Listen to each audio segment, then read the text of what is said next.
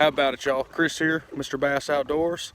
I'm a Lake Seminole guide, and I'm going to show you today how to find shad without looking at your electronics. I know that sounds crazy, but it's really not that difficult, so check it out. I'm going to show you.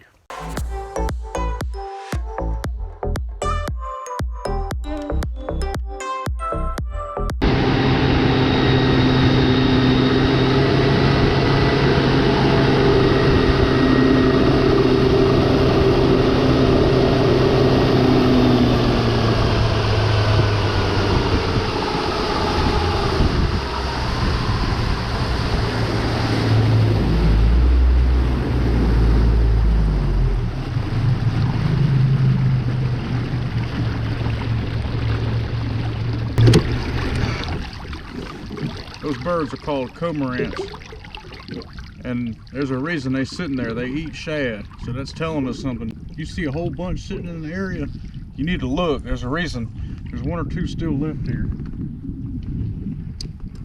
There's a reason they're out here. We're going to look around.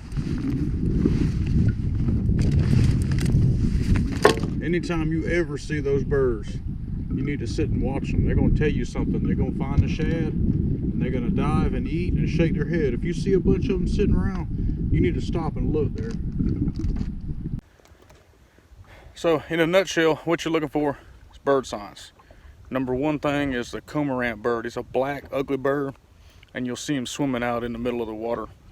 So we were just coming down. We're out scouting around. It's what I do during the weekday. I look for fish and see what the lake's doing. And I was coming up the Flint to check conditions, and we seen a flock of about 50 sitting on the water. And that's a huge telltale sign. So then we moved down a little bit and saw that they were feeding on a grass line, and so we stopped and watched them. Here's what that looks like.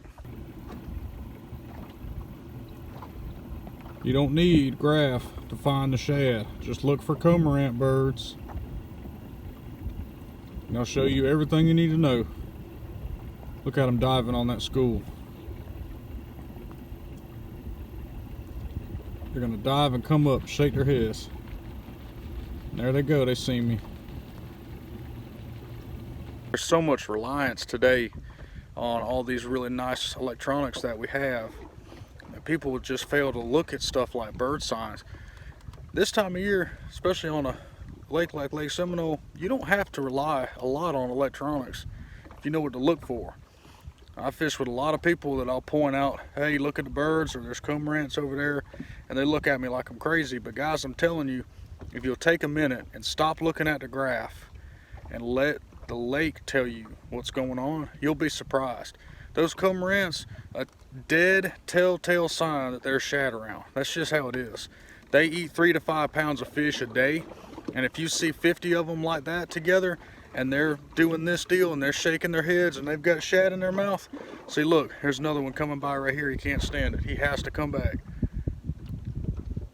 But if you look and you see these birds around, that's where the shad is.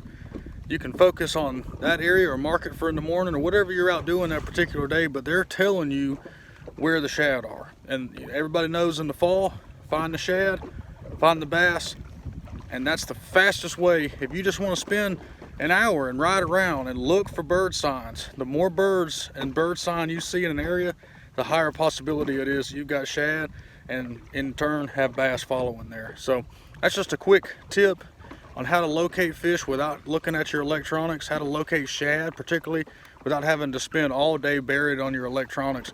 Just ride around and look for bird signs. That's the best way to do it. Bird signs, that's the best. I hope y'all use this. Make sure to use this tip. A lot of people, I tell them about it and they just throw it out the window.